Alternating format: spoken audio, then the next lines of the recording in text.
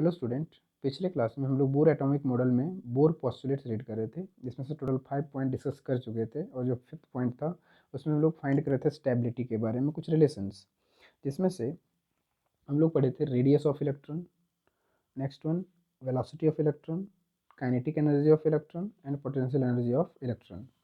इसका कुछ इस तरीके से वैल्यू था। और टोटल एनर्जी मतलब kinetic energy plus potential energy, दोनों को ऐड करने पे ये रिजल्ट हमारा यहाँ पे आ चुका था। अब कंडीशन है कि इसमें कुछ वैल्यूज़ को हम लोग जानते हैं, जैसे मास ऑफ इलेक्ट्रॉन, फिर है तुम्हारा इलेक्ट्रॉन का वैल्यू, फिर प्लैंक्स कांस्टेंट एच का वैल्यू, फिर एप्सिलॉन नॉट का वैल्यू। ये सभी वैल्यूज़ हम लोग जानते हैं। तो इसको यदि पुट कर देंगे तो सभी वैल्यूज़ को पुट करने पे जो रिजल्ट आता था टोटल एनर्जी, वो आता था कुछ इतना -13.6 इंटू Z²/n² इलेक्ट्रॉन वोल्ट। इसमें Z क्या है? Z is the atomic number, N क्या है? नंबर ऑफ ऑर्बिट्स, ठीक है, जिसको हम लोग इलेक्ट्रॉन वोल्ट में रखते हैं। एनर्जी का यूनिट होता है इलेक्ट्रॉन वोल्ट। अब कंडीशन है यदि मैं एक हाइड्रोजन एटम के लिए डिस्कस करूँ इसमें, और वैसे भी बोर हमारा जो डिस्कशन यहाँ पे बोर किए हैं वो हाइड्रोजन एटम पे ही किए हैं। तो यहाँ पे फॉर हाइड्रोजन एटम यदि मैं देखूँ तो Z इज इक्वल्स टू 1 होता है, इसका एटॉमिक नंबर मतलब 1 होता है। और इसका ऑर्बिट यदि देखें तो कुछ इस तरीके से होता है। Suppose this is the nucleus, इसका फर्स्ट ऑर्बिट ये वाला हो गया, इसका second orbit, third orbit and fourth orbit, like this. जिसमें से हम लोग n को फर्स्ट ऑर्बिट के लिए 1 मानते हैं, सेकेंड के लिए 2, थर्ड के लिए 3, फोर्थ के लिए 4, कुछ इस टाइप से। तो ये ऑर्बिट में कितना एनर्जी होता है उसको हम लोग कैलकुलेट करके देखते हैं। देखो किस तरीके से आएगा। हम लोग को एक्चुअल में ये वाला फार्मूला यूज़ करना है, दिस वन फार्मूला, और हम लोग कैलकुलेट कर लेंगे। टोटल एनर्जी मतलब ई से इसको रिप्रेजेंट कर सकते हैं। और यदि फर्स्ट ऑर्बिट के लिए निकालेंगे तो E1 हो जाएगा, सेकेंड ऑर्बिट के लिए E2 हो जाएगा, कुछ इस तरीके से। तो देखो किस तरीके से कैलकुलेट कर सकते हैं इसको हम लोग। This is the first orbit. तो फर्स्ट ऑर्बिट के लिए सबसे पहले हाइड्रोजन एटम है तो उसका एटॉमिक नंबर 1 है, और फर्स्ट ऑर्बिट के लिए जो है सो n कितना हो जाएगा? 1। तो आप यहाँ पे पुट करो, ये फॉर्मूला आप देख सकते हो यहाँ पे क्या है? Z²/n²। तो n की जगह 1 पुट होगा, z की जगह भी 1 पुट होगा फॉर फर्स्ट ऑर्बिट। मतलब z के लिए तो हमारा 1 ही पुट होगा, बट n के का वैल्यू चेंज होगा ऑर्बिट वाइज। तो यहाँ पे फॉर फर्स्ट ऑर्बिट, यदि फर्स्ट ऑर्बिट के लिए देखें तो E1 होगा। तो E1 इज इक्वल्स टू -13.6, यहाँ पे Z² मतलब 1² हो जाएगा, और n² मतलब दिस वन 1 इलेक्ट्रॉन वोल्ट में रिजल्ट आएगा। तो ये कैलकुलेट करने के बाद देखो 1/1 1 ही आएगा, मतलब कितना आ जाएगा? -13.6 इलेक्ट्रॉन वोल्ट। इसको बोलते हैं ground state. This is the ground state. उसके बाद आता है सेकेंड ऑर्बिट। अब यहाँ पे लिख दो सेकेंड ऑर्बिट। सेकेंड ऑर्बिट में क्या करना है? केवल वैल्यू चेंज होगा, वो भी किसका? n का वैल्यू चेंज होगा। तो जहाँ पे n है वहाँ पे 2 पुट कर देना है। तो देखो एज इट इज रहा, केवल n की जगह 2² कर दिए, सब एज इट इज है, केवल n की जगह वैल्यू चेंज हुआ। तो इसका रिजल्ट कितना आ जाएगा? 2 2 4, इसे डिवाइड होगा तो आ जाएगा -3.4 इलेक्ट्रॉन वोल्ट। इसको बोलते हैं फर्स्ट एक्साइटेड स्टेट। एनर्जी जैसे मतलब सबसे पहले ग्राउंड स्टेट, उसके बाद जितना भी स्टेट है, तो जितना भी ऑर्बिट है, सबको एक्साइटेड स्टेट बोला जाता है। जैसे this is the ground state n1, n is equal to 2 जो है तुम्हारा हो जाएगा एक्साइटेड, ये भी एक्साइटेड, ये भी एक्साइटेड, ठीक है। जिसमें ज़्यादा एनर्जी होता है उसको एक्साइटेड स्टेट बोलते हैं। तो देखो फर्स्ट मेरा कितना आया? -13.6 इलेक्ट्रॉन वोल्ट। उसके बाद देखो एनर्जी कितना ज़्यादा बढ़ गया, -3.4। माइनस में एनर्जी घट रहा है, मतलब एनर्जी क्या हो रहा है? यहाँ पे बढ़ रहा है। -3.4 इलेक्ट्रॉन वोल्ट, जिसको बोलते हैं फर्स्ट एक्साइटेड स्टेट। नेक्स्ट इसी तरीके से E3 निकाल सकते हैं। E3 में क्या सिर्फ n का वैल्यू चेंज होगा, तो यहाँ पे 3 3 9, फिर ये डिवाइड होगा तो हो जाएगा तुम्हारा -1.51 इलेक्ट्रॉन वोल्ट। ये होगा सेकेंड एक्साइटेड स्टेट। उसी तरीके से थर्ड एक्साइटेड स्टेट कितना आएगा? देखो इसमें ये तुम्हारा फोर्थ ऑर्बिट जाएगा, ये सेकेंड हो गया, ये थर्ड ऑर्बिट, ये हो जाएगा फोर्थ ऑर्बिट। फोर्थ ऑर्बिट, तो फोर्थ ऑर्बिट में कितना पुट होगा? 4 का स्क्वायर, तो 4 4 जा 16, 16 से डिवाइड होगा तो आएगा 0.85 electron volt, negative of 0.85 electron volt, जिसको बोलते हैं थर्ड एक्साइटेड स्टेट। इससे यदि ज़्यादा तुम ऑर्बिट आगे भी निकालना चाहते हो तो आगे भी कैलकुलेट कर सकते हो। उसको हम देखो डायरेक्ट वैल्यू लिख दिए यहाँ पे। डायरेक्ट यदि E5 निकालना है, मतलब फिफ्थ ऑर्बिट, तो आपका रिजल्ट आता है -0.54 इलेक्ट्रॉन वोल्ट।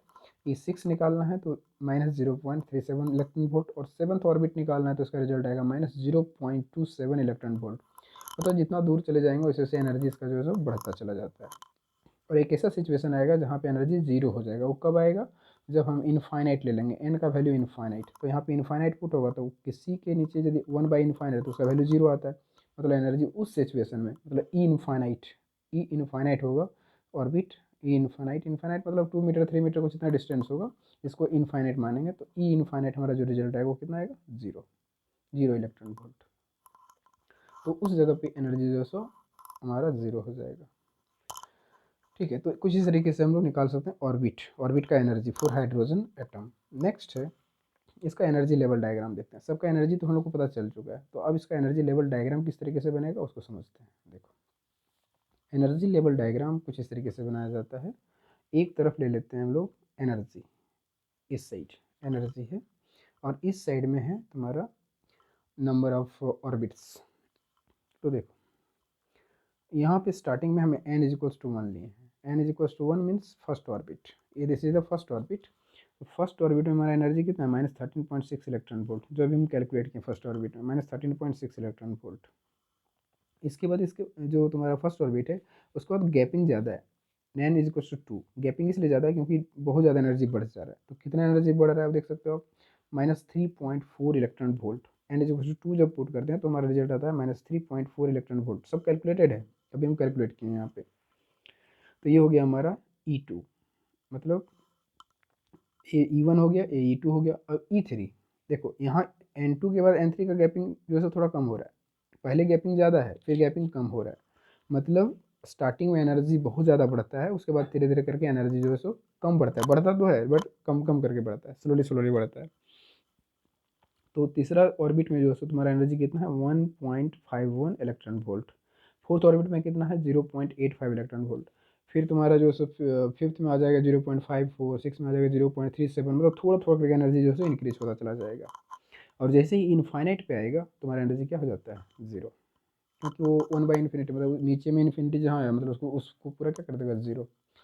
मतलब एनर्जी जब 0 हो जा रहा है, जब हमारा नंबर ऑफ ऑर्बिट इनफाइनाइट होगा, मतलब उस समय जो है इलेक्ट्रॉन सभी फ्री हो जाएंगे, उस एलिमेंट का सारा इलेक्ट्रॉन्स फ्री हो जाएगा।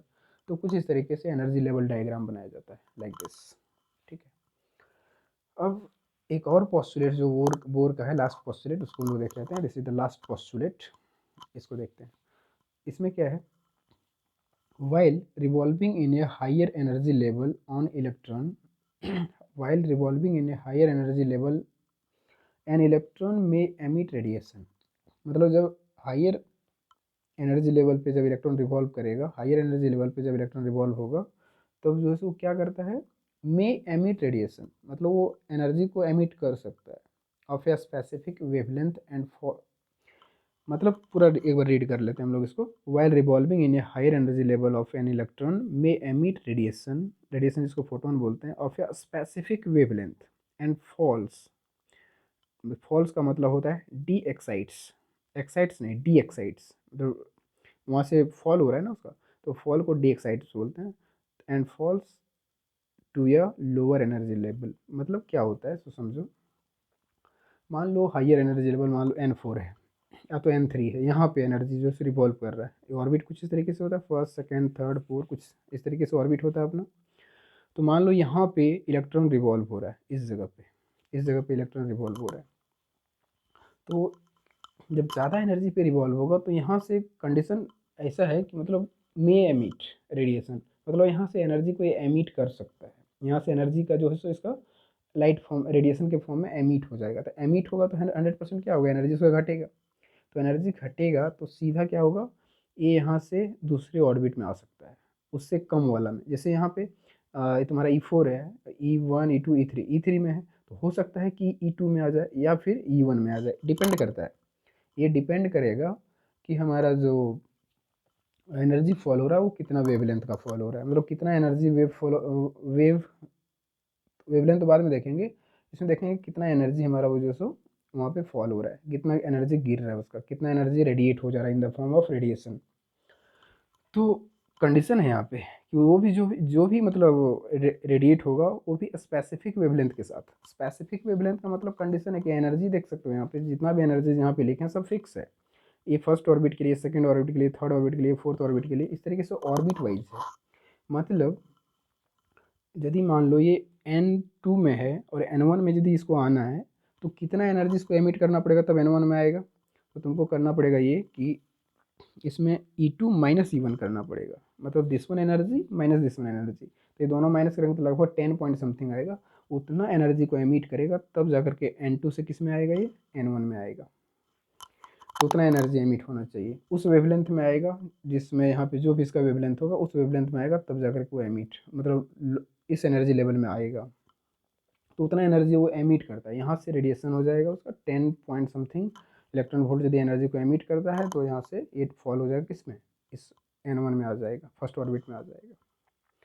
तो एनर्जी कुछ इस तरीके से रेडिएट होता है। तो इसका फार्मूला क्या होगा, मैथमेटिकल फार्मूला किस तरीके से इसको हम लोग रख सकते हैं, देख सकते हैं यहाँ पे। तो यहाँ पे देखो कंडीशन क्या लिख दी है, the energy of such photon, जो फोटोन रेडिएशन के फॉर्म में फोटोन जो वहाँ से निकल रहा है, रिलीज हो रहा है, तो the energy of such photon is always equal to the difference in two energy levels. Two energy levels का डिफरेंस, मतलब वही बोला ना कि ये वाला एनर्जी लेवल, ये दोनों के बीच में डिफरेंस, मान लो N2 पे वो रिवॉल्व हो रहा है, तो N1 में यदि वहाँ से फॉल होगा, यही चांस बनता है इसका कि फॉल होगा तो N1 पे आएगा, तो ये दोनों का एनर्जी डिफरेंस जो होगा, उतना एनर्जी डिफरेंस यदि होगा तो आकर के सीधा गिर जाएगा फर्स्ट में। तो जितना डिफरेंस होगा, this one minus this one कर दो, minus 3.4 electron volt, minus minus minus plus हो जाएगा 13.6, मीन्स 10 पॉइंट समथिंग आएगा, 10 पॉइंट समथिंग इलेक्ट्रॉन वोल्ट, उतना एनर्जी रेडिएट हो जाएगा वहाँ से इन द फॉर्म ऑफ फोटोन, तब जाकर के आपका वो आ जाता है लोअर लेवल में, N1 पे आ जाएगा। तो वही इसका फॉर्मूला कुछ इस तरीके से लिख दिए यहाँ पे। इसका फॉर्मूला हो जाएगा टोटल एनर्जी जितना एमिट करेगा वहाँ से, जितना इन द फॉर्म ऑफ रेडिएशन, कितना होगा, En2 माइनस En1, मतलब सेकेंड ऑर्बिट का एनर्जी माइनस फर्स्ट ऑर्बिट का एनर्जी कितना होगा। इसको तुम यदि यहाँ पे पुट करना चाहो तो लिख सकते हो माइनस 3.14, सॉरी 3.4 माइनस माइनस यहाँ पे हो जाएगा 13.6, ये तो ये कुछ कैलकुलेट करोगे कितना होगा, माइनस 3.4 माइनस माइनस प्लस 13.6, कुछ जो भी आएगा 10 पॉइंट समथिंग आएगा। तो ये तुम्हारा इतना एनर्जी को यदि एमिट करता है तो तुम्हारा कुछ तरीके से रिजल्ट आता है। वेवलेंथ के फॉर्म में तुम देखना चाहते हो इसको, तो इसका फॉर्मूला होता है Hc बाई लैम्बडा, एनर्जी का फॉर्मूला होता है Hc by lambda is equal to this formula in the form of wavelength. कुछ इस तरीके से कैलकुलेट कर सकते हो। वेवलेंथ कैलकुलेट करना चाहो तो वो भी कर सकते हो, क्योंकि इसका वैल्यू मान लो 10 पॉइंट समथिंग आया, और H का वैल्यू हमको पता है, C का वैल्यू पता है, C होता है 3 इंटू 10⁸ मीटर पर सेकेंड, H का वैल्यू भी पता है आपको, यदि पुट कर दोगे तो वेवलेंथ भी कैलकुलेट कर सकते हो कि कितना वेवलेंथ उस समय उसमें जो सो फोटोन का रहा होगा उस टाइम पे। ठीक है, नेक्स्ट है, ये तो हो गया, ठीक है, हायर एनर्जी लेवल पे रहेगा तो वो लोअर पे आएगा, लेकिन जब लोअर पे रहेगा तब क्या होगा, वो भी कंडीशन यहाँ पे डाला हुआ है, while revolving in a lower energy level of an electron में अब्जॉर्ब, अब एनर्जी को ये अब्जॉर्ब करेगा, वहाँ पे रेडिएट कर रहा था क्योंकि वो हायर लेवल पे था, और ये जब तुम्हारा लोअर लेवल पे रहेगा, लोअर लेवल में मतलब सपोज करो 1 में था या तो 2 में है, 2 से 3 में जाना चाह रहा है, मतलब एक्साइटेड स्टेट में जाना चाह रहा है, तो क्या करेगा, वो एनर्जी को ऑब्जॉर्व करेगा, absorb radiation in the form of photon of specific wavelength and jumps, excites, jumps को बोलते हैं एक्साइट्स, ठीक है, तो jumps to a higher energy level, मतलब लोअर में रहेगा तो हायर में वो जाने के लिए क्या करेगा, वो एनर्जी को ऑब्जॉर्व करेगा, कितना एनर्जी को ऑब्जॉर्व करेगा, फिर उसी तरीके से माइनस करेंगे हम लोग, उसी तरीके से माइनस करेंगे, जितना एनर्जी चाहिए अगला स्टेप में जाने के लिए, अगला ऑर्बिट में जाने के लिए, उतना एनर्जी को क्या करेगा, ये अब ऑब्जॉर्व करेगा। हायर में था तो रेडिएट हो रहा था, एमिट कर रहा था वहाँ से एनर्जी को, अब लोअर में है और उसको अपर में जाना है तो क्या करेगा, ऑब्जॉर्व करेगा उतना एनर्जी को। तो कुछ इस तरीके से फार्मूला को हम लोग यहाँ पे लगाते हैं। तो यही था इसका बोर का पूरा पॉस्टुलेट्स। ठीक है, अब नेक्स्ट आता है इसका ड्रॉबैक्स। जिससे रदरफोर्ड का भी ड्रॉबैक्स था तो इसका भी कुछ ड्रॉबैक्स रहा, तुम्हारा बोर का भी। तो ड्रॉबैक्स क्या क्या है वो देख लेते हैं। इसका ड्रॉबैक्स था, ड्रॉबैक्स इन बोर एटॉमिक मॉडल, इसका फर्स्ट था, it stands it stands true for only hydrogen atom and H like atom. मतलब इट स्टैंड्स का मतलब है इसका जो थ्योरी है, इसका जो पॉस्टुलेट्स है, या तो इसका जो ऑब्जर्वेशन रहा, जो ये तुम्हारा बताया स्टेबिलिटी के बारे में, ये सिर्फ और सिर्फ किसके लिए एप्लीकेबल हुआ, हाइड्रोजन एटम के लिए, या फिर उसके जैसे एटम के लिए। तो उसका जैसा एटम कौन सा होगा, उसके जैसा एटम होगा जिसके पास सिंगल इलेक्ट्रॉन होगा, सिंगल इलेक्ट्रॉन स्पेसिज बोलते हैं उसको। तो सिंगल इलेक्ट्रॉन जिसके पास होगा, तो सिंगल इलेक्ट्रॉन किसके पास होगा, देखो हीलियम प्लस, वैसे हीलियम के पास 2 इलेक्ट्रॉन होता है बट प्लस लगा दिया मतलब इसके पास 1 इलेक्ट्रॉन बच गया। लिथियम के पास 3 इलेक्ट्रॉन होता है बट इसका क्या कर दिया, Li double plus, Li plus plus, lithium plus plus, फिर बेरिलियम ट्रिपल प्लस, मतलब ये डोनेट कर दिया तो एक एक इलेक्ट्रॉन यदि बचा है तो इसके साथ हम एक्सपेरिमेंट करेंगे तब हमारा रिजल्ट जो है सो क्लियर मतलब सही रहेगा according to Bohr atomic model. ये सिर्फ सिंगल इलेक्ट्रॉन वाले इलेक्ट्रॉन वाले स्पेसिको ये क्या, मतलब उसके लिए इसका थ्योरी एप्लीकेबल रहा, उसके लिए इसका पोस्टुलेट एप्लीकेबल रहा। ठीक है, तो ये इसका ड्रॉबैक है, मतलब अदर अटेम्प्ट्स के लिए नहीं हो पाएगा, इसके लिए नहीं बता पाया वो। नेक्स्ट आता है इसका और भी ड्रॉबैक्स है, देखो नेक्स्ट वन ड्रॉबैक्स, इसका नेक्स्ट ड्रॉबैक्स है it can not explain, it can not explain spectrum of multi electron species. ये वही हो गया, it can not explain spectrum of multi electron species, मतलब ये मल्टी इलेक्ट्रॉन के लिए नहीं बताया, सिर्फ और सिर्फ सिंगल इलेक्ट्रॉन के लिए बताया, इसलिए यहाँ पे बोल दे रहा है कि ये जो है सो सिंगल इलेक्ट्रॉन के लिए बताया, और सिंगल इलेक्ट्रॉन के बारे में ही सारा चीज़ का स्पेक्ट्रम, स्पेक्ट्रम तो जानते हो 7 क्लास में होता है, तो सिर्फ सिंगल इलेक्ट्रॉन के लिए ही से बता पाया। नेक्स्ट थर्ड आता है it does not take into account wave nature of electron violating de Broglie hypothesis. It does not take into account wave nature, मतलब ये सिर्फ और सिर्फ पार्टिकल नेचर को बता पाया, वेव नेचर को नहीं बता पाया। जैसे डी ब्रोगली हाइपोथेसिस में क्या था, डी ब्रोगली हाइपोथेसिस में वेव नेचर के बारे में बताया था ना, और ये जो है पार्टिकल नेचर को सिर्फ बता पाया। बोर का जो थ्योरी है वो सिर्फ और सिर्फ पार्टिकल नेचर के लिए एप्लीकेबल है, वेव नेचर के लिए एप्लीकेबल नहीं है। नेक्स्ट वन पॉइंट था इसका drawbacks, it violets Heisenberg uncertainty principle, it violets Heisenberg uncertainty principle. ये जो होता है ना हाइजेनबर्ग अनसर्टेनिटी प्रिंसिपल, ये वो हाइजेनबर्ग का थ्योरी था, मतलब हाइजेनबर्ग की थ्योरी को ये मतलब हाइजेनबर्ग का जो थ्योरी है वो बोलता है कि कोई भी एटम या तो कोई भी पार्टिकल या तो कोई भी वेव यदि मूव कर रहा है तो उसका सर्टेन पोजीशन और सर्टेन मोमेंटम पॉसिबल एक साथ नहीं हो सकता, या तो पोजीशन फिक्स होगा या फिर मोमेंटम फिक्स होगा, दोनों फिक्स नहीं हो सकता, और दोनों को हम लोग मतलब कैलकुलेट नहीं कर सकते हैं, किसी एक को कैलकुलेट कर सकते हैं। बट बोर क्या बताया, बट बोर बोला कि पोजीशन और मोमेंटम दोनों कैलकुलेट कर सकते हैं। एक कैलकुलेट भी किया है, क्यों, आर कैलकुलेट कर दिया, आर का वैल्यू कैलकुलेट कर दिया, और मोमेंटम के लिए क्या कर दिया, वेलोसिटी कैलकुलेट कर दिया, तो वेलोसिटी कैलकुलेट के मास इंटू वेलोसिटी करेंगे मोमेंटम भी निकल जाएगा। तो इसका ड्रॉबैक्स है ये, मतलब हाइजेनबर्ग अनसर्टेनिटी प्रिंसिपल के अकॉर्डिंग हम लोग पोजीशन यदि फाइंड करते हैं तो मोमेंटम उसका फाइंड नहीं कर सकते हैं उस टाइम के लिए, और यदि उस समय मोमेंटम फाइंड कर रहे हैं तो पोजीशन उसका फाइंड नहीं कर सकते हैं, किसी एक चीज़ को फाइंड कर सकते हैं, इसीलिए इसको बोलते हैं अनसर्टेनिटी प्रिंसिपल हाइजेनबर्ग का। ठीक है, बट बोर जो है सो दोनों को सर्टेन बोल दिया, दोनों फिक्स, मतलब दोनों को एक साथ हम लोग फाइंड कर सकते हैं, इसीलिए क्या हो गया, मतलब यदि दोनों एक साथ यदि फाइंड कर दे रहा है तो इसका मतलब है ये पॉसिबल है ही नहीं अकॉर्डिंग टू हाइजेनबर्ग प्रिंसिपल, और ये एक्चुअल में होता भी नहीं है। हम लोग कोई भी ऑब्जेक्ट है मान लो मूव कर रहा है, तो मूव करते हुए इसका मोमेंटम तो फाइंड कर सकते हैं बट पोजीशन थोड़ी फाइंड कर सकते हैं, कितना दूर पे है, कितना जगह, कितना डिस्टेंस पे है। तो मूव करते हुए ऑब्जेक्ट को, मूविंग ऑब्जेक्ट का मोमेंटम तो फाइंड कर सकते हैं बट उसका पोजीशन उस समय फाइंड नहीं कर सकते हैं, और यदि पोजीशन फाइंड कर सकते हैं तो मोमेंटम फाइंड नहीं होगा, क्योंकि मोमेंटम के लिए मोशन चाहिए और पोजीशन के लिए रेस्ट चाहिए। तो ये सिचुएशन था, तो हमारा कुल मिला करके देखा जाए तो यहाँ भी इसका फॉल है, ये दोनों चीज़ को बता दिया जो कि पॉसिबल नहीं है। Next one, it can not explain splitting of spectral lines in electric field and magnetic field, मतलब इलेक्ट्रिक फील्ड और मैग्नेटिक फील्ड लाइन के लिए मतलब क्या बोल रहा है, it can not explain splitting of spectral lines, spectral lines मतलब स्पेक्ट्रम, स्पेक्ट्रल लाइन आपको आगे पढ़ाएंगे जब एटॉमिक स्पेक्ट्रम तो वहाँ पे समझ में आएगा, तो ये इलेक्ट्रिक फील्ड और मैग्नेटिक फील्ड के लिए नहीं बता पाया। ठीक है, तो ये इसका पूरा ड्रॉबैक्स है। नेक्स्ट वन आता है एटॉमिक स्पेक्ट्रम, जो आपका नेक्स्ट टॉपिक होगा वो है एटॉमिक स्पेक्ट्रम। अब देखते हैं क्या होता है एटॉमिक स्पेक्ट्रम, इसके बारे में हम लोग समझते हैं। ये हो गया बोर एटॉमिक मॉडल हम लोग पूरा कंप्लीट कर चुके हैं। अब आते हैं नया topic, that one is the atomic spectrum. Atomic spectrum क्या होता है, पहले हम लोग क्लास 10th में स्पेक्ट्रम के बारे में जानते हैं कि जब लाइट हम लोग प्रिज्म से पास कराते हैं तो वहाँ पे 7 कलर में स्प्लिट हो जाता है लाइट, 7 कलर्स में, जिसको बोलते हैं विविजियोर, दिस वन VIV जो भी है विविजियोर बाय प्रिज्म ना, प्रिज्म से जब लाइट पास कराते हैं तो कुछ इस तरीके से कलर वहाँ पे मिलता है जिसको हम लोग बोलते हैं स्पेक्ट्रम ऑफ लाइट, या तो स्पेक्ट्रम बोलते हैं। अब यहाँ पे हम लोग को पढ़ना है एटॉमिक स्पेक्ट्रम, वो किस तरीके से होता है उसको समझते हैं, और किस तरीके से इस पर एक्सपेरिमेंट किया गया था, और किस तरीके से एमिशन स्पेक्ट्रम और अब्जॉर्प्शन स्पेक्ट्रम को देखा गया था। मतलब there are 2 types of atomic spectrum, first one type is the emission spectrum, second one absorption spectrum. मतलब एटॉमिक स्पेक्ट्रम दो तरह का होता है, first one emission spectrum, second one absorption spectrum. तो हम लोग पहले डिस्कस करेंगे एमिशन पे, एमिशन स्पेक्ट्रम पूरा डिस्कस करेंगे, और उसी टाइप का है तुम्हारा अब्जॉर्प्शन स्पेक्ट्रम। ठीक है। एक एमिट कर रहा है, दूसरा ऑब्जॉर्व कर रहा है, चीज़ एक ही होगा दोनों चीज़ में, दोनों एक ही जैसा है, बट एक ऑब्जॉर्व कर रहा है, एक एमिट कर रहा है। तो हम लोग पढ़ते हैं पहले एमिशन स्पेक्ट्रम क्या होता है और किस तरीके से वहाँ से एमिशन होता है और क्या होता है उसको देखा जाएगा यहाँ पे।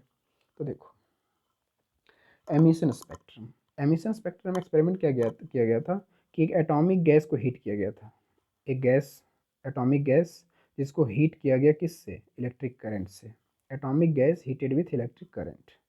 और यहाँ से जैसे इसको हीट किया गया तो वहाँ से क्या हुआ, रेडिएशन के फॉर्म में लाइट वहाँ से निकलना स्टार्ट हो गया इन द फॉर्म ऑफ रेडिएशन। और ये जो लाइट यहाँ से लाइट रे निकला उसको क्या कर दिया, उसको उसके सामने प्रिज्म को रख दिया गया कुछ इस तरीके से, उसके सामने प्रिज्म को कुछ इस तरीके से रख दिया गया। जब प्रिज्म से, हम जानते हैं कि प्रिज्म से होता क्या, 7 कलर में डेविएशन होता है, 7 कलर में विजियोर जो हम लोग भी डिस्कस किए थे। बट जब इसका रेडिएशन मतलब प्रिज्म से जब इसका लाइट को पास कराया गया तो हुआ क्या कि हमको कुछ ही वेवलेंथ दिखा, वैसे वेवलेंथ तो बहुत सारा होता है ना, तो हम लोग को हमको यहाँ पे कुछ ही वेवलेंथ दिखा और कुछ स्पेसिफिक वेवलेंथ दिखा और बाकी दिखा ही नहीं। यहाँ पे इसलिए लिख दिया हूँ, यहाँ पे एक स्क्रीन है, देख सकते हो स्क्रीन लगा दिए हैं, यहाँ से लाइट रेडिएशन गया 7 कलर में स्प्लिट हुआ, तो यहाँ पे कुछ वेवलेंथ 2 3 4 वेवलेंथ दिखा जो, और बाकी वेवलेंथ दिखा ही नहीं हमको, मतलब कलर जिसको बोलें तो कुछ कलर्स दिखा कुछ कलर्स दिखा ही नहीं। तो इसीलिए यहाँ पे लिख दिया गया है some specific wavelength were present on the screen, कुछ ही वेवलेंथ जो है सो वहाँ पे हम लोग को प्रेजेंट मिला, बाकी नहीं मिला। तो ऐसी सिचुएशन में इसको हम लोग क्या बोल सकते हैं, यदि हमको 100% यदि एक सीक्वेंस में नहीं मिल पा रहा है वेवलेंथ, कुछ स्पेसिफिक वेवलेंथ ही मिल पा रहा है, तो ऐसे में बोलेंगे इसको डिस्क्रीट वेवलेंथ, डिस्क्रीट स्पेक्ट्रम बोला जाएगा। डिस्क्रीट, डिस्क्रीट मतलब नॉन कंटिन्यूअस, यदि वही कंटिन्यूअस आता मतलब सभी वेवलेंथ दिखता हमको वहाँ पे तो उसको बोलते हैं कंटिन्यूअस स्पेक्ट्रम, बट ये था डिस्क्रीट फॉर्म में मतलब डिसकंटिन्यूअस फॉर्म में मिला। तो इसीलिए इसको बोला यहाँ पे कुछ इस तरीके से हम लोग दिखा सकते हैं वेवलेंथ को, कुछ इस तरीके से भी कि एक यहाँ दिखा, एक यहाँ दिखा, एक यहाँ दिखा, एक दो यहाँ पे नजदीक नजदीक दिखा, कुछ इस टाइप से। तो इसको दो तरीके से नाम दिया गया है, एक बोलते हैं लाइन स्पेक्ट्रम या तो उसको बोलो नॉट कंटिन्यूअस स्पेक्ट्रम, या तो बोल दो सिंपल सा लाइन स्पेक्ट्रम या तो डिस्क्रीट बोल सकते हो, डिस्क्रीट, डिस्क्रीट स्पेक्ट्रम ये था। लाइन स्पेक्ट्रम बोलो या डिस्क्रीट स्पेक्ट्रम बोलो, कुछ इस तरीके से। और कंडीशन है कि यहाँ पे एक गैस लिया गया ना, हो सकता है गैस बहुत तरह का हो सकता है, एटॉमिक गैस तो बहुत तरह का होता है ना, तो every gas has a characteristic emission spectrum, मतलब डिफरेंट डिफरेंट गैस रहेगा तो डिफरेंट डिफरेंट यहाँ पे जो है सो लाइन स्पेक्ट्रम बनाएगा, different different wavelength makes different different line spectrum, सबका अपना अपना कैरेक्टरिस्टिक्स है, ठीक है। तो कुछ इस तरीके से, तो कंडीशन है कि हम लोग देखते हैं कि इसका जो एमिशन का जो लाइन स्पेक्ट्रम है वो बनता किस तरीके से, लाइन स्पेक्ट्रम जो यहाँ पे दिखा उसको जो भी दिखा वो लाइन स्पेक्ट्रम बनता किस तरीके से उसको हम लोग समझते हैं। ये देखो अब हम लोग आते हैं explanation of for emission line spectrum या discrete explanation for emission of यहाँ लगा दो ऑफ लाइन स्पेक्ट्रम या तो डिस्क्रीट स्पेक्ट्रम, जिसके लिए भी किसी एक के लिए देखते हैं हम लोग, मतलब दोनों एक ही चीज़ है, डिस्क्रीट बोलो या तो लाइन स्पेक्ट्रम बोलो। डिस्क्रीट का मतलब होता है नॉन कंटिन्यूअस या तो डिसकंटिन्यूअस, ठीक है। अब कंडीशन सब कुछ हम लोग को पता ही है, तो देखो यहाँ पे हाइड्रोजन एटम है जिसका एटॉमिक नंबर 1 होता है, ऑर्बिट्स के बारे में जानते हो, कुछ तरीके से ऑर्बिट्स होते हैं, सबका एनर्जी हम लोग कैलकुलेट करके देख चुके हैं ऑलरेडी पहले ही। एनर्जी कितना होता है, पहला का ई फार्मूला होता है general formula by bore, and total energy जो कैलकुलेट किए थे हम लोग वो बोर के अकॉर्डिंग हमारा कितना था, E is equal to -13.6 Z square by N square electron volt, कितना था। उसमें से E1 कैलकुलेट कितना आया, E2 E3 E4 कुछ इस तरीके से रिजल्ट आया था, ठीक है। तो ये रिजल्ट है तुम्हारा सभी ऑर्बिट्स का, first orbit, second orbit, third orbit, fourth orbit. तो यहाँ पे इसका एक्सप्लेनेशन में देखो क्या क्या क्या क्या हो सकता है जब हम लोग, मतलब इसमें जो स्पेक्ट्रम बनता है किस तरीके से एक्साइटेड स्टेट में जाता है इलेक्ट्रॉन, या तो फिर किस तरीके से, इसके बारे में ऑलरेडी पहले डिस्कस किए हैं कुछ कुछ, तो वो चीज़ को फिर से मैं यहाँ पे डिस्कस कर दे रहा हूँ कि ऑन हीटिंग, जब हम हीट करेंगे किसी ऑर्बिट में इलेक्ट्रॉन को, यदि मैं हीट दूँ, किसी इलेक्ट्रॉन को हीट दूँ तो इलेक्ट्रॉन के साथ होगा क्या। सपोज करो कि कोई इलेक्ट्रॉन है और वो तुम्हारा 1 में है, फर्स्ट ऑर्बिट में, यहाँ पे फर्स्ट ऑर्बिट में यहाँ पे है इलेक्ट्रॉन, तो जब इसको हम हीट देंगे तो हीट देंगे, heat is the form of energy. तो हीट क्या करेगा, वो ऑब्जॉर्ब करेगा। देखो यहाँ क्या लिख दिए, electron absorbs energy and jumps to the higher energy level, जिसको बोलते हैं एक्साइटेड स्टेट। हो सकता है E1 से E2 में आ जाए, या तो E2 से E3 में आ जाए। देखो यहाँ पे हीट दे रहे हैं 1 में ना, तो ये हो सकता है कि 1 से 2 में आ जाए या 1 से 3 में आ जाए, डिपेंड करता है कि वो कितना एनर्जी को ऑब्जॉर्ब किया, कितना एनर्जी को वो ऑब्जॉर्ब किया। ठीक है, ये कंडीशन है। नेक्स्ट है, जब वो हायर लेवल पे चला जाता है, सपोज करते हैं 2 पे चला गया या तो 3 पे चला गया, तो होता क्या है, इलेक्ट्रॉन के पास, इलेक्ट्रॉन होता है ना, इलेक्ट्रॉन के पास ऐसा है सिचुएशन कि वो हायर लेवल में जाता है ना तो स्टेबल नहीं रह पाता है। Electron is very unstable in higher energy levels. Second point लिख दिया हूँ, देखो, electron is very unstable in higher energy levels. वो अनस्टेबल है वहाँ पे। अब फिर क्या करेगा वो, जब अनस्टेबल है तो 100% फिर वो अपना जहाँ पे था वहाँ पे फिर वापस आना चाहेगा, फिर से ग्राउंड स्टेट में आना चाहेगा, या तो उससे लो लेवल वाला ऑर्बिट में आना चाहेगा। तो उसके लिए वहाँ से क्या करेगा, उस जगह पे वो एनर्जी को एमिट करेगा इन द फॉर्म ऑफ रेडिएशन, जिसको बोलते हैं एमिशन। एनर्जी को क्या करेगा, वो एमिट करेगा, रेडिएट करेगा इन the form of light, in the form of radiation. ठीक है, इसलिए यहाँ पे एक पॉइंट लिख दिया हूँ। So electron falls back to lower energy level. कैसे आएगा, energy emitting in form of radiation. Radiation के फॉर्म में वो एनर्जी को वहाँ से एमिट करेगा, एमिट करेगा तो फिर से वो जंप मतलब वहाँ से किधर गिर जाएगा, सेम ऑर्बिट में, जहाँ से वो जंप करके गया था हायर ऑर्बिट में, वहाँ से फिर वापस आ जाएगा by emission of the energy in the form of radiation. अब कंडीशन है कि वो कितना एनर्जी को एमिट करेगा वहाँ से। तो ये भी पता है आपको कि हम लोग माइनस करते हैं, फाइनल मतलब सेकंड ऑर्बिट का एनर्जी माइनस फर्स्ट ऑर्बिट का एनर्जी हम लोग माइनस करते हैं। फिर यदि वेवलेंथ कैलकुलेट करने का हो तो वेवलेंथ कैसे कैलकुलेट करेंगे, वो भी मैं बताया था इसके पहले कुछ देर पहले आपको, तो उसको भी फिर यहाँ पे हम लोग एक बार डिस्कस कर लेते हैं। एनर्जी ऑफ सच फोटोन, जितना भी फोटोन वहाँ से निकलेगा, तो जो फोटोन वहाँ से जंप कर रहा है, तो उस फोटोन का जो एनर्जी होगा, क्या लिख रहे हैं, energy of such photon is equal to difference in energy of 2 orbits involve in transition. मतलब ये ट्रांजिशन में जो हमारा ऑर्बिट्स इन्वॉल्व था, सपोज करो फर्स्ट ऑर्बिट और सेकंड ऑर्बिट दोनों इन्वॉल्व था, तो अब जो हमारा इलेक्ट्रॉन है वो जंप करके किस में गया था, सेकंड ऑर्बिट में, और सेकंड ऑर्बिट से फिर किस में आ गया, फर्स्ट ऑर्बिट में। क्या करके, वहाँ से एनर्जी को एमिट करके इन द फॉर्म ऑफ रेडिएशन। तो कितना एनर्जी को एमिट किया वो, तो एनर्जी एमिट किया इतना, सेकेंड ऑर्बिट का एनर्जी माइनस फर्स्ट ऑर्बिट का एनर्जी, इसके बीच में जो एनर्जी होगा 10 पॉइंट समथिंग आता है ना, वो एनर्जी को एमिट करेगा यहाँ से। अब हम लोग जानते हैं एनर्जी का फॉर्मूला होता है Hc/λ। एनर्जी का फार्मूला वैसे ये होता है E equals to h nu, और न्यू का फार्मूला होता है C/λ। तो Hc/λ तुम्हारा कुछ इस तरीके से फार्मूला आएगा। तो ई फोटोन जो यहाँ पे एनर्जी, टोटल एनर्जी है दिस वन, ये होगा Hc/λ के फॉर्म में। तो Hc/λ के बराबर ये पूरा हो जाएगा फार्मूला। तो यहाँ पे लिख सकते हैं Hc/λ is equals to En2 minus En1।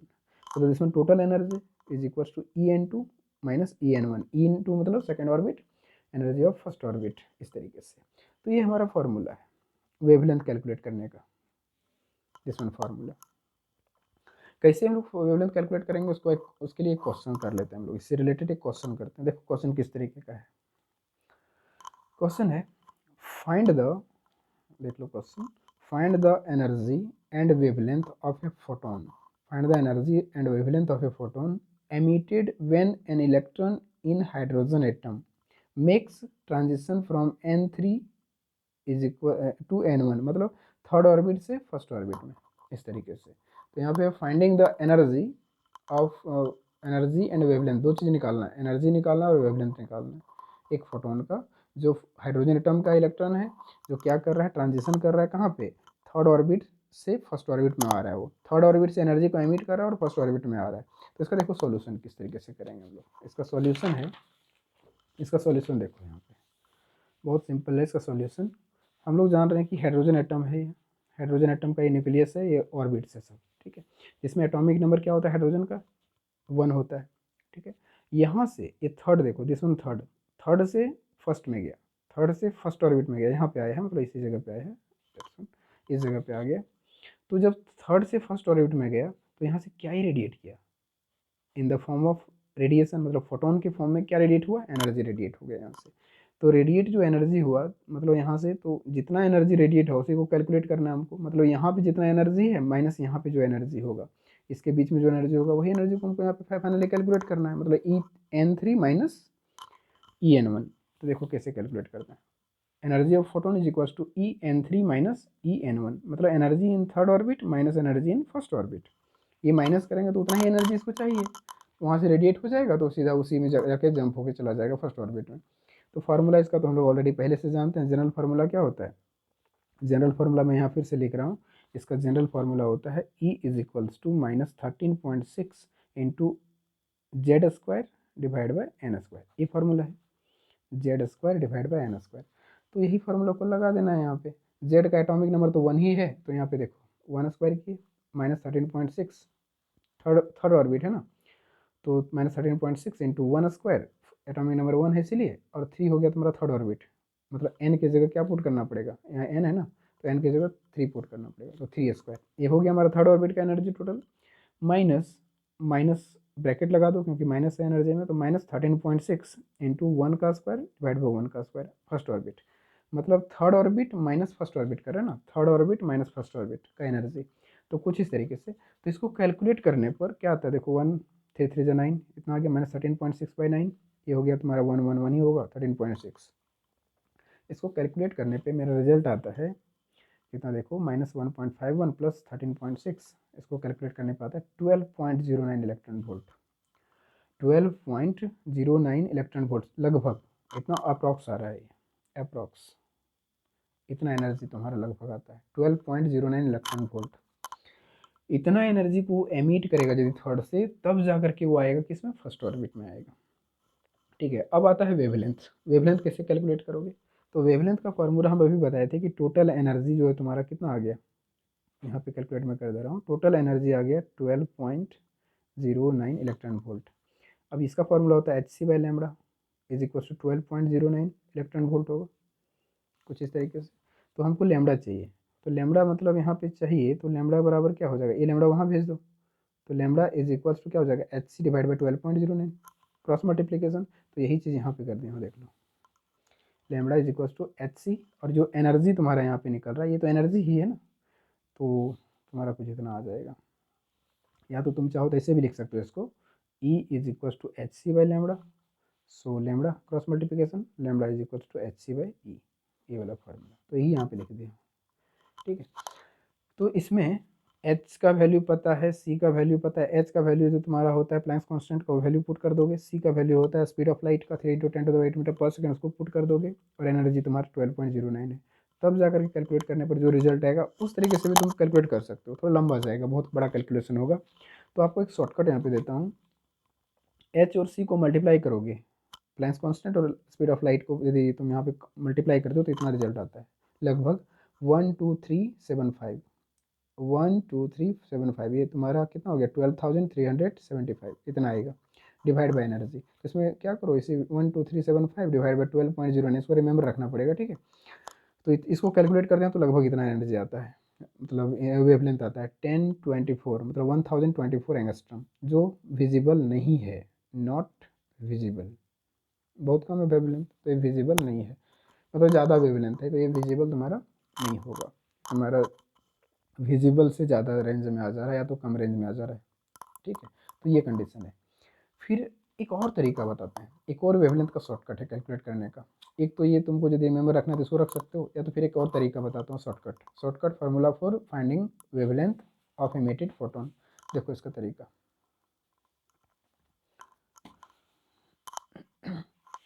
Shortcut formula for finding wavelength lambda of emitting photon कैसे करेंगे, इसको देखो। ये ई फोटोन का फार्मूला क्या होता है, हम लोग जानते हैं, second orbit minus first orbit, मतलब सेकेंड और फर्स्ट के बीच में रिलेशन यदि हमको कैलकुलेट करना है, तो ये हो गया तुम्हारा first orbit, this one second orbit, तो ये तो प्लस हो गया। ठीक है, ये फर्स्ट ऑर्बिट है सेकेंड ऑर्बिट, तो इसका एनर्जी माइनस इसका एनर्जी कैलकुलेट करेंगे तो हमारा टोटल एनर्जी मिल जाएगा। तो E photon is equal to En2 minus En1। इसका वैल्यू हम लोग कैलकुलेट करने का तरीका हम लोग को पता है, तो उसका फॉर्मूला सबसे पहले अभी लिखते हैं। जनरल फार्मूला हम लोग यहाँ पे कैलकुलेट करना चाह रहे हैं, तो जनरल फार्मूला कैलकुलेट करना चाहते हो, करो minus 13.6 Z square by N2 square, मतलब इस ऑर्बिट के लिए N2 स्क्वायर यहाँ पे लिखाएगा, माइनस फिर इसका वैल्यू माइनस में तो ब्रैकेट लेना पड़ेगा, minus 13.6 Z square divide by N1 square. इसका ई फोटोन का वैल्यू होता है H C by lambda, H C by lambda left side में लोग पुट करके चले जा रहे हैं, फिर इसका देखो यहाँ पे दोनों में से कॉमन क्या आएगा, जेड स्क्वायर कॉमन आ जाएगा दोनों से, माइनस माइनस प्लस हो जाएगा। और यहाँ पे देखो माइनस माइनस प्लस होगा तो मतलब n1 तुम्हारा पॉजिटिव में है, इधर नेगेटिव में है, तो तुम लिख सकते हो ऐसे n1 को पहले और n2 के बाद में, क्योंकि प्लस में n1 है और माइनस में n2 है, तो इसको पहले n1 को लिख लेंगे फिर n2 को लिखेंगे। और बाकी कॉमन में क्या आ रहा है 13.6 जेड स्क्वायर, तो लिख दिए देखो 13.6 जेड स्क्वायर कॉमन आ गया।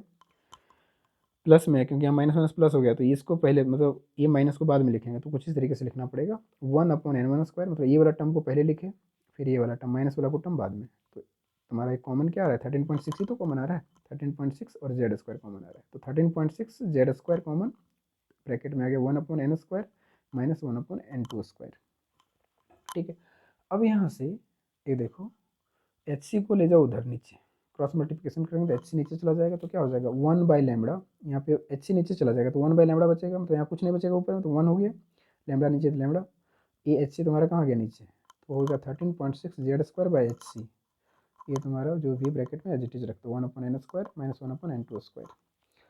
अब ये जो वैल्यू है ये पूरा, इसका वैल्यू है तुम्हारा, कुछ वैल्यू होता है जिसको हम लोग रेडबर्ग कांस्टेंट बोलते हैं, रेडबर्ग कांस्टेंट, तो इसको यहाँ पे आर मान लेते हैं फिलहाल, 1/λ इज इक्वल्स टू, ये पूरा वैल्यू को आर मान लिए, देखो आर सॉरी जेड को छोड़ करके यहाँ तक 13.6/hc का वैल्यू होता है R only into Z square 1/n जो भी है, बाकी एज इट इज कॉपी कर दिए। ठीक है, तो जेड इसलिए यहाँ पे हम लोग, ये तो डिफरेंट जेड एटॉमिक नंबर है ना, किसी एक स्पेशल का होता, यदि हाइड्रोजन का होता तो 1 पुट कर देते तो हमारा केवल आर यहाँ पे रह जाता, चलता, जेड को नहीं भी पुट कर चलता, लेकिन यहाँ पे डिफरेंट डिफरेंट एटम के लिए हमारा वेवलेंथ कैलकुलेट करने के लिए काम आएगा, डिफरेंट डिफरेंट एलिमेंट के लिए। ठीक है, तो ये तुम्हारा जनरल फार्मूला हो गया 1/λ is equals to R Z square bracket of 1/n1 square minus 1/n2 square, जहाँ पे आर क्या है, are is equals to 13.6/hc, जिसका वैल्यू आता है 1.09 इंटू 10⁻7 पर मीटर,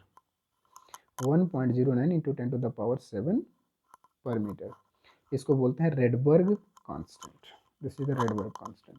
तो इस तरीके से हम लोग यहाँ से वेवलेंथ को कैलकुलेट कर सकते हैं, this is the general formula for wavelength. ये हम लोग को स्पेक्ट्रल सीरीज पढ़, जब हम लोग रीड करेंगे इसमें स्पेक्ट्रल सीरीज, नेक्स्ट लेक्चर हमारा स्पेक्ट्रल सीरीज से होगा, उसमें ये फार्मूला बहुत काम आएगा। ठीक है, तो दिस इज फॉर वेवलेंथ ना, this one formula is useful for wavelength, मतलब इसका शॉर्टकट फार्मूला भी बोलते हैं इसको। If you want to find the wavelength, then you can use the formula 1/λ is equals to rz square 1/n1 square 1 minus 1/n2 square. This is the general formula for wavelength. Okay. So this is all about of the today lecture. So thank you for watching.